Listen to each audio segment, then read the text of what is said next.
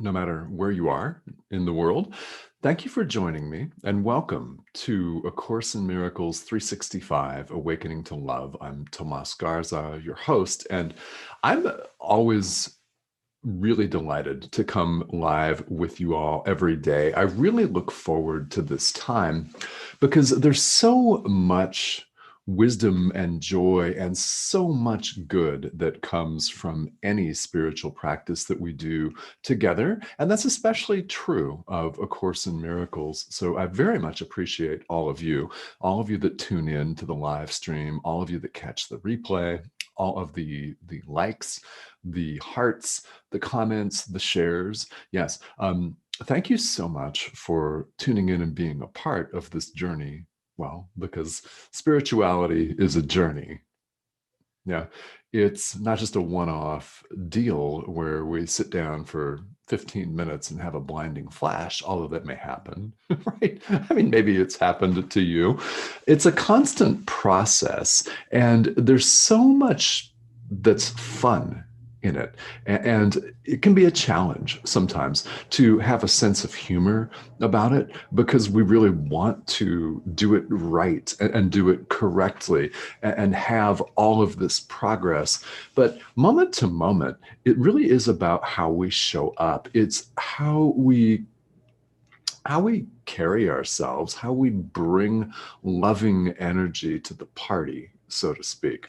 It's how we show up joyfully and what we're showing to other people because we're teaching. Every moment of every day, we're teaching. Yes, I'm a spiritual teacher. I hold myself out as such, and you may not. You may hold yourself out, though, as teaching in another capacity, maybe in a school or a university environment. Maybe you are an entrepreneur and a trainer. I don't know, whatever that looks like for you, whether we actually hold ourselves out as teachers or as professors, trainers, we're always teaching other people because we're always showing up in the world and we're always radiating something. There's always some energy that people are picking up on. Yeah, whether we want them to or not, they're picking up on it.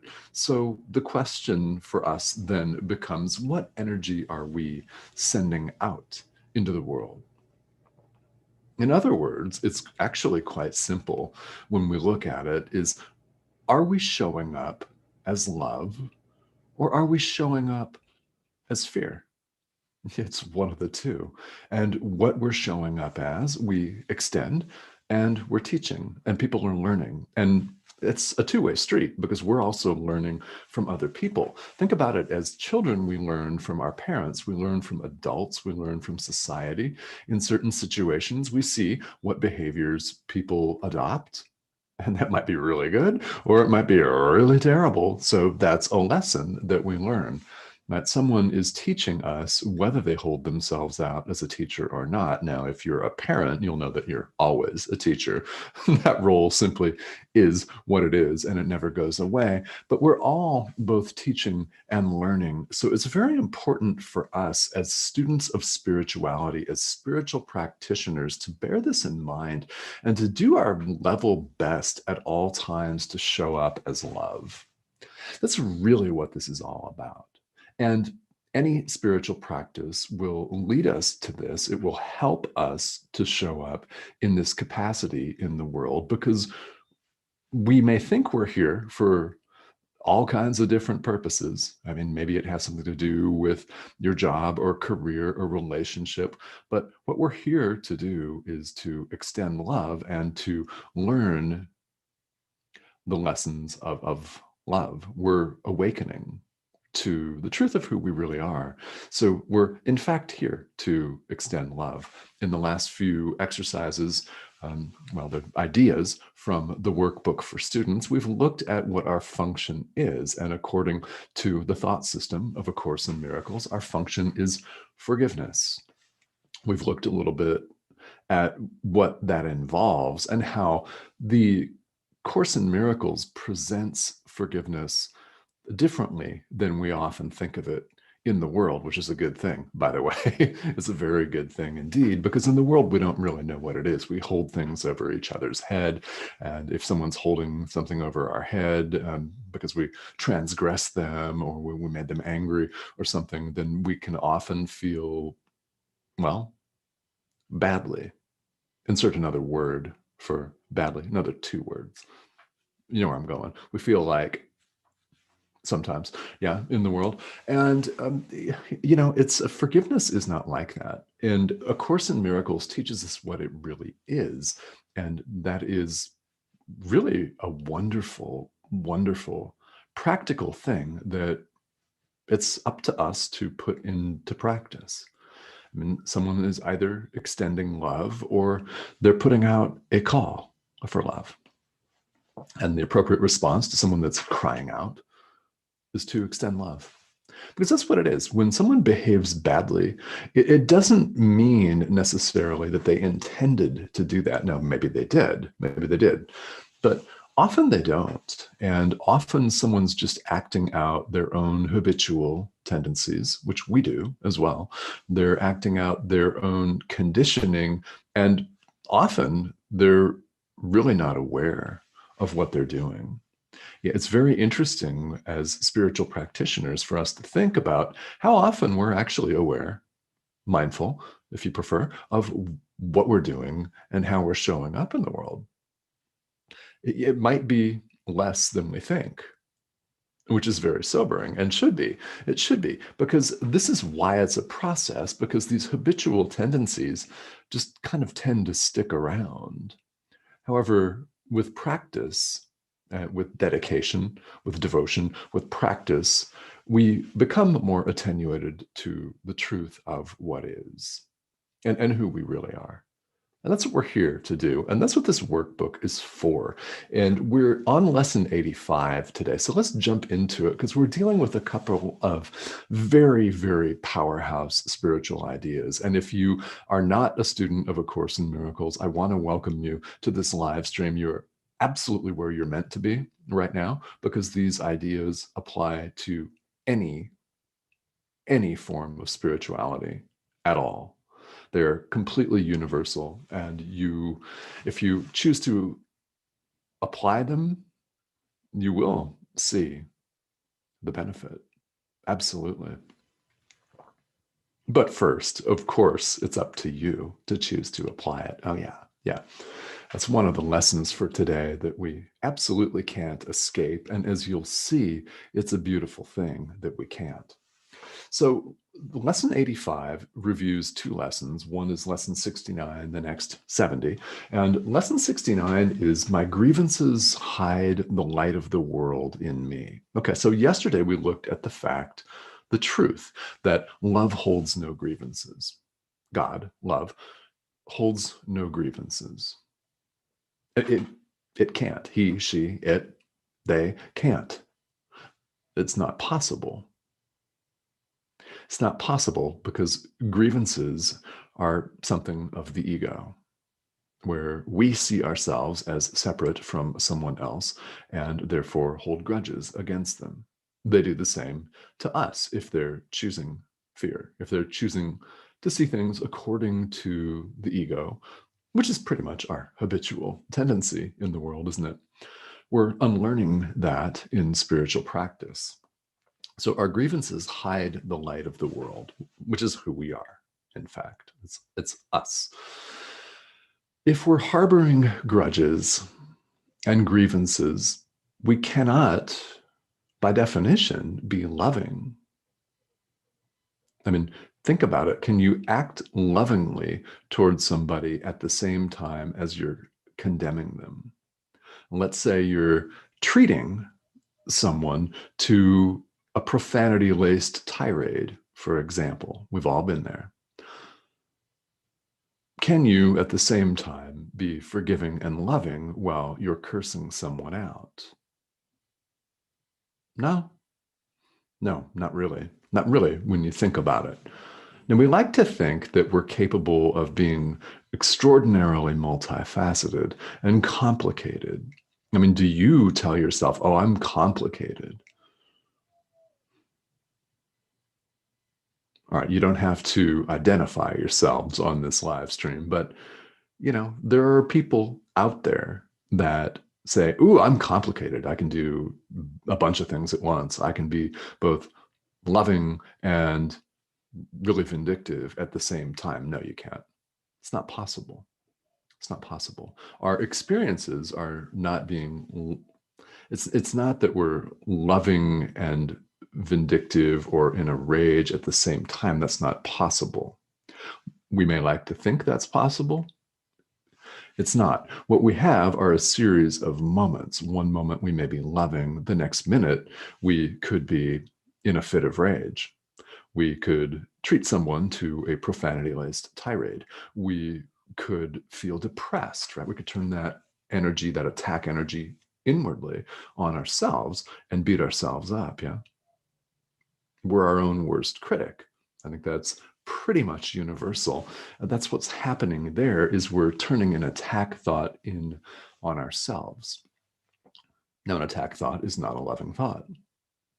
That doesn't have to be a physical attack either. That's not what we're talking about necessarily. It could take that form, but doesn't have to take that form.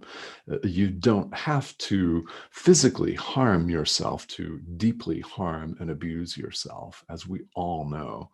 We do it inside. And some of us do it more often than others. So our grievances hide who we really are, because we can't be both loving and hateful at the same time. So the more we choose love, the less we experience hate. Now, that makes sense, doesn't it? I mean, every moment of every day, if we're choosing love, the vast majority of the time, we're going to have a vastly different experience, aren't we? We're going to experience the world in a different light. It's going to be more loving. Our experience is going to be more loving. We will feel lighter. People will respond to us differently. If we're extending love, people will smile at us, whereas before they may have frowned at us or at best wished to get away from us, right? We're always teaching. What are we teaching? All right, our grievances absolutely, unequivocally hide the light of the world in us. Now here's lesson 70, which I really love. My salvation comes from me. Mm-hmm. Yeah, my salvation comes from me. It's said in Buddhism, especially in some forms of Tibetan Buddhism, that Buddhas or enlightened masters cannot wash away all of our bad karma for us. They don't scrub us with a scrub brush and wash away everything bad that we've ever done. It doesn't work that way. We're responsible for our own salvation. That's an example from various Buddhist traditions, but this applies to all spirituality. In other words, everyone. Our salvation comes from us. It does not come from something external. Now, even if you were taught that it comes from something external, it doesn't. And by the way, a figure such as Buddha or Jesus is not external. So just saying, not external. There's nothing but oneness. Our salvation comes from us. So what does that mean? Well, we've talked about it a little bit right here today. Every moment of every day, we have a choice between love or fear. The more we choose love, the more we're moving toward our own salvation. Now, salvation, you may have a different meaning of this. If you want to think of salvation as our own awakening, okay, our own enlightenment, liberation, use whatever word you're comfortable with here. The Course in Miracles workbook here uses the word salvation. That's what the Course uses. And that's what it's referring to, is our awakening. Our awakening to love, if you prefer. Yeah, like the subtitle of this live. It comes from us. It's not to be found in external objects. It's not to be found in bright new, beautiful cars. Now, I'm laughing because Cindy, my wife, and I just went out yesterday afternoon and bought a brand new car. So there's literally a brand new car with 13 miles on it sitting just a few feet away here. So yeah, just a few meters away in our driveway. Yeah. But is that salvation? No, we needed it. Most definitely. But it's not salvation. It's not going to make us more loving. Is it? A car's not going to make you more loving. A new shirt is not going to make you more loving. You could don a new shirt and attack people left and right. You could, right? It doesn't make you more loving. It doesn't lead to your salvation. These things are nice to have in the world, but our salvation doesn't come from them. It comes from us. My salvation comes from me. It is internal and it is completely an inside job. Why? Because we have never been stripped of our free will. This is exciting. This should be very liberating to all of you. We have our free will, and cannot we cannot actually give that away. We could choose to hide from it, but guess what? That's our choice. We're not ever forced to do anything. God doesn't force us to see things the way he does. We have to choose it. And you know what's even more important than that is we get to choose it. We get to because our free will has not been stripped of us. This is beautiful in the world because we get to choose again and again. There's tremendous power in that. And rather than saying you have to choose, I strongly, strongly suggest, as do a lot of people, that you use the language get to. It's a beautiful thing to have this free will. Our salvation comes from us. So, as you might imagine, spirituality is about owning that. It's about stepping up, really. It is. We have been playing for countless lifetimes small. We have been, each of us.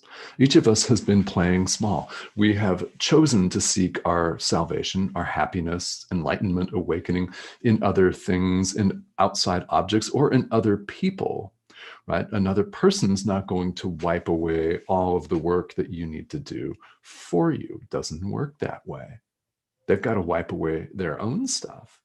So if you have a human teacher, they're not going to wave a magic wand and have you be enlightened. You've got to do the work. And the fun part is that you get to have this experience, and it's empowering. It's empowering to accept this idea, because that does mean, yes, that, well, all right, we're here in this world where we appear to be suffering. Okay, we made that. So we made the problem. Guess what that means? We can also make the solution. We can choose yet again. We can choose love yet again. And at the end of the text of A Course in Miracles, the very last section is entitled Choose Yet Again. Because you reach the end of something like the workbook or the manual for teachers, could be the text, and you realize, okay, well, it's the beginning. It's not the end, because this is a lifelong journey. It's a lifelong journey. And along the way, we discover how full of beauty and wonder and joy it really is. It is a joyous thing to take responsibility for your own salvation.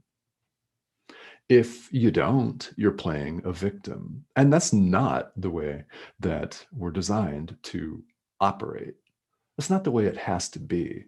It's not that we've been placed here by a vindictive, evil God in this situation where we're bodies and we appear to be suffering, and then, we last 75, 80 years if we're lucky, and then we die.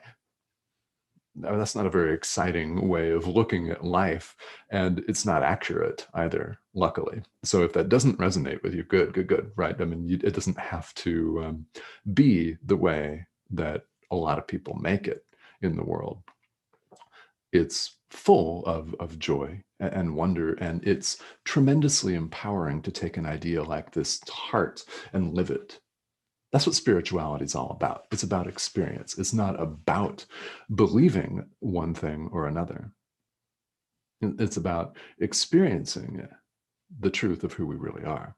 So this is it's really quite wonderful.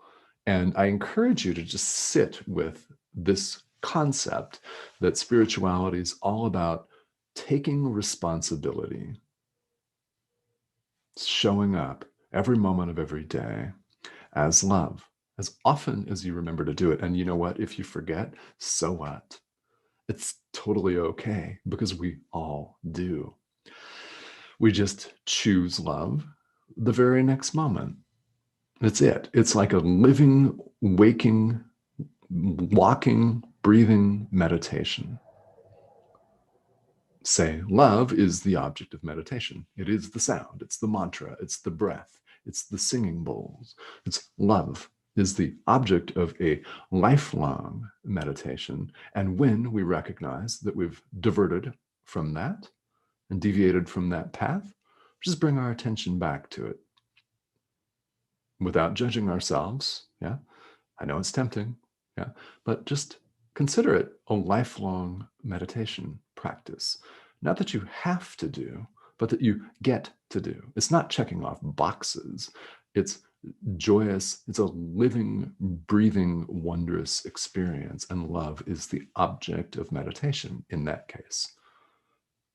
Now, ultimately, of course, love is abstract. God is love, so it's beyond all concepts. It's not an object. It's not a thing. However, in the world where we believe in things and we're running around thinking we're a thing and we appear to be a thing called a body, a human being, man, woman, right, middle-aged, gray hair, right? Whatever we think we really are in the world, it's not as it seems. We really are love, and we're awakening to that fact, to the truth of that every moment of every day. All right, so I've said a lot here, but there really is so much to Lesson 70 that I can't recommend enough that you go back and just consider this idea for yourself. That's what the workbook is really all about. So hello, everyone that's tuning in. Thank you so much. Let's take a few minutes and I'll read some of your comments here. I really appreciate your joining me. The Hope, hi, how are you? Thank you for tuning in. Christina, hello. John, hi, how are you? Thanks for tuning in, everybody. And Aurora, yes, okay, me encantaría poder, hablo español también, entender lo que está diciendo. All right, well, Aurora would like to understand what I'm saying. Okay, Aurora, si usted está mirándome ahora, voy a enviar un mensaje en español, okay? I'm going to send a message in Spanish. So if you are also a Spanish speaker, then please let me know that. I speak, well, I can do this in French, Spanish, and English. So yeah, thank you for joining me. John, hi, how are you? Yeah. Lots of connections here. Yes, John, I'm reading your message, and yeah, a lot of the connections. What I get out of this is we're all connected. Isn't that beautiful? It's beautiful how interconnected we really are, and how spirituality is about our realizing that and having that living, breathing experience. So thank you for that comment. I love that. I love the emphasis on being connected. And well, all right. So thank you guys for tuning in here. Yeah, it's always fun to take a look at your comments live. Now, I will say, if you're catching this on the replay, feel welcome to reach out to me and comment. I am happy to respond to this. I do check these periodically throughout the day. So I'm in Arizona in the United States, so it's a little after 9 o'clock in the morning here. I tend to do most of these live streams in the morning, so I'll have all day to take a look at your comments. And I really hope that you're having a great day and a beautiful Sunday here. Whatever it is that you're doing, I hope that you're having fun. And well, if you're relaxing, I hope it's good, solid relaxation. All right. Thank you so much for tuning in, and I will see you again here tomorrow on A Course in Miracles 365. Have a great